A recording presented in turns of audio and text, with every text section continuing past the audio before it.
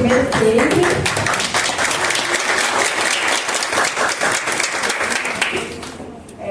Obrigada. Sem microfone. Sem. Tá bom. Porque dá porque.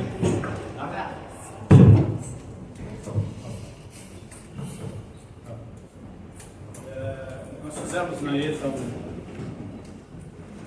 estudo que acabou resultando esse case aqui. Foi a Carol que apresentou no PNQF, né? Então, se eu der alguma mancada, vocês me desculpem que ela estava preparada para fazer a apresentação, tá? Vou procurar apenas falar o problema que nós tínhamos.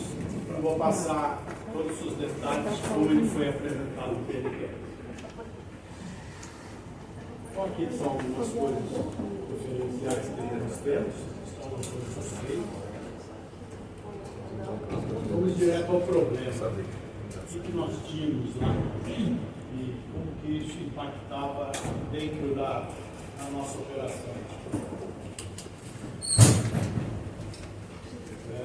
Ela fala de solução inovadora, que a gente gostou, uma implantação rápida e tudo mais. E isso realmente aconteceu, porque era uma coisa que não tinha previsto, era uma coisa que nos incomodava ali no dia a dia. Nós acabamos achando uma solução para aquele problema. Não, está muito baixo? Abaixo? Abaixo? Tá bom, tá bom. Ela está reclamando que todo fã baixo, então grita. Tá, vamos lá. A coordenadoria da ETA 3 lá, que é responsável, é a Carol. Nós somos fiscalizados pela CETES e tudo mais. Isso tudo vocês já sabem. Onde mais impactou o nosso processo foi no DS6, água potável e saneamento. Aqui a gente fala da missão dessa nota também. Como que veio isso? Foi uma cultura do pensamento, uma análise crítica profunda da situação que nós tínhamos no local, e foi uma solução além da literatura, porque todos os lugares que você pesquisar não tinha uma referência em relação a isso. Nós tínhamos na ETA 3. Na ETA 3, eu falei, é mania de falar ETA 3, mas o problema era na ETA 4. Okay? Nós tínhamos um decantador que apresentava esse tipo de coisa. Ele acumulava lodo em cima das colmeias. Depois que nós mexemos nele, ele começou a ficar desse jeito. O que acarretava isso daqui? Esse acúmulo de lodo aqui em cima, ele arrastava esse lodo, caía nos vertedouros e ia para os filtros. Okay? Ao ir para o filtro, o meu filtro sujava mais. Sujava mais, eu tinha que lavar mais vezes. Na hora que vocês verem a solução que nós demos para a coisa, vai parecer uma coisa muito simples, do tipo assim, mas ninguém viu isso. Só que há 32 anos eu trabalhava desse jeito. Então ninguém tinha visto isso, né? Então, muitas vezes, aquilo que a gente olha, eu fico falando isso para todos os coordenadores. Você fala, mas por quê? Por quê? Por quê? Por que está dando baixo cloro? Por que está não sei o quê? O que dá para fazer? A gente precisa se incomodar. Bem falado pela Débora há minutos atrás. Né? É isso que nos leva a melhorar. Por que a dona de casa inventou o lavador de arroz? Porque ela se incomodou de perder arroz na bacia que ela lavava. Então tudo dá para melhorar. Tudo é só questão de olhar e buscar. Isso daqui é o fundo do decantador. Da ETA 4. Tem duas entradas, uma para cá e uma para cá. Em todos nós temos 8 de AH. E 6 deles é dessa maneira. A água entra aqui, isso daqui a gente chama de pirâmide invertida. Isso daqui tem uma deflexão. E isso não acontecia nos decantadores do campo. Os decantadores do campo, a entrada da água era só de um lado. O que acontece aqui? Quando a água entra dessa maneira, existe um contrafluxo. Essa bate nessa e forma um turbilhonamento, onde os flocos tendem a se decantar mais facilmente. Os ducantos não. Os ducantos não tinham contrafluxo. Então o que acontecia? A água vinha, batia aqui, isso daqui é inclinado. Então ela fazia esse movimento, ia lá em cima e começava a formar um depósito em cima das colmeias. Eu vi isso daqui quando eu entrei lá embaixo do decantador. Eu fiquei com o saco cheio daquele negócio lá em cima, que era feio, era uma coisa feia, aquele monte de floco lá em cima. E acabei me incomodando. E o dia que a gente foi lavar, eu entrei lá embaixo. Aí nós adaptamos tudo isso daqui e transformamos nisso. Uma solução simples, né? Na hora que você vê, aonde tinha o T, onde tinha a entrada, nós prolongamos e pusemos um T. Prolongamos, pusemos um T e matamos uma boca. Um T, matamos uma boca. Isso fez o turbilhonamento ficar aqui no meio e os flocos se decantaram. Foi por isso que ele não ficou mais em cima da colmeia e ficou mais fácil de decantar. E deu aquele resultado. O custo da implantação disso foi R$98 mil.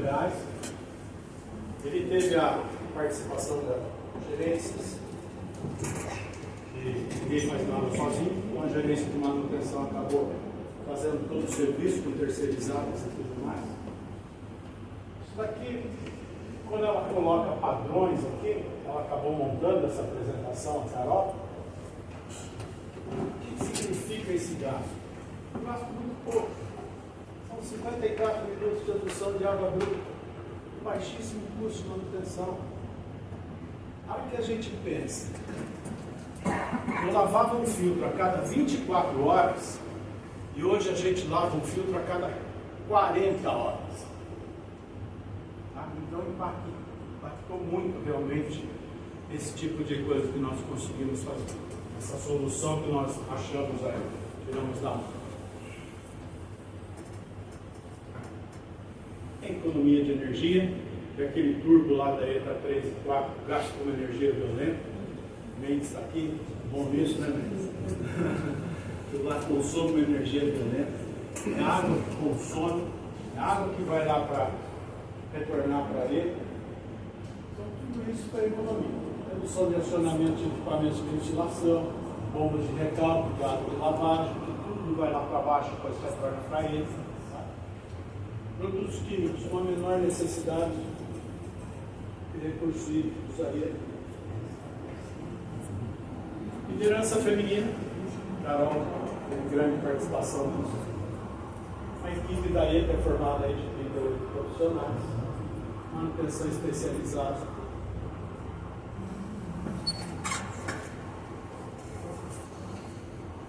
Replicabilidade e legado, né, que a gente colocou na apresentação. Nós fomos reconhecidos pelo Experimentando a Excelência, o EX2, que é o programa que nós temos hoje dentro da empresa. Não colocamos só coisas boas lá, né? A gente põe coisas ruins também. Tentamos fazer uma adaptação de uma caçamba lá na ETL a respeito do lodo, não deu certo lá. Colocamos também, porque não é só de acertos que nós vivemos, são de erros também, para que ninguém erre no futuro, está lá.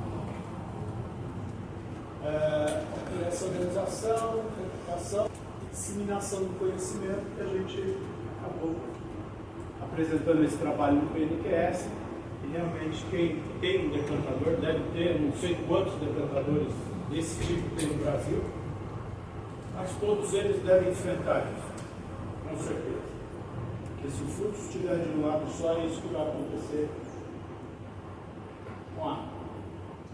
E são os prêmios até o final da apresentação que a Carol tinha montado. Infelizmente ela não estava aqui hoje para falar com vocês com maior propriedade, porque quem monta é que sabe, né?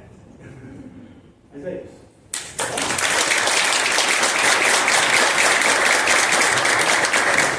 Não faz. Tem tempo? Já. Tranquilo, Pode né? ter perguntas? Da Alguém outra, quer fazer alguma pergunta? da outra vez eu extrapolei o tempo. Eu queria agradecer, porque foi uma aula. A gente leu o case, a gente viu o texto, né? Mas a apresentação daquela também foi excelente, mas essas fotos de decantadores, essa didática foi muito legal, né? Obrigada, parabéns. Vai fazer isso também na ETA 1 e 2? Não, lá o decantador é diferente. É só na ETA 4 que o decantador é desse jeito. Na ETA 1, nós estamos fazendo uma outra coisa. Lá como é a primeira ETA, de 1905. Não vai ser case, não. Mas na ETA 1, o decantador lá ele não tem arraste nem descarga de lodo. A água entra, a água floculada entra, ela vai se decantando. Então, a cada 45 dias, dependendo do tempo, descarregávamos todo aquele decantador e colocava no emissário do pissarrão para ser tratado no outro. Hoje nós já estamos fazendo diferente. Hoje nós recalcamos pelo menos 60% dessa água que está no decantador, eu recalco para o outro decantador. Então, nós colocamos uma bomba lá dentro. O Ivânio recalca a água de um decantador para o outro e a gente descarta só 40% do decantador em vez de descartar todo ele. A ETA 2 tem um arraste de lodo no fundo dela, a gente chama de monorré. Então é um aparelho que vai lá no fundo, ele vem arrastando o lodo e dá uma descarga de lodo. A ETA 3, ela tem um descarte de lodo também, só que se vocês forem na ETA 3, você vai ver que é giratório. Tá?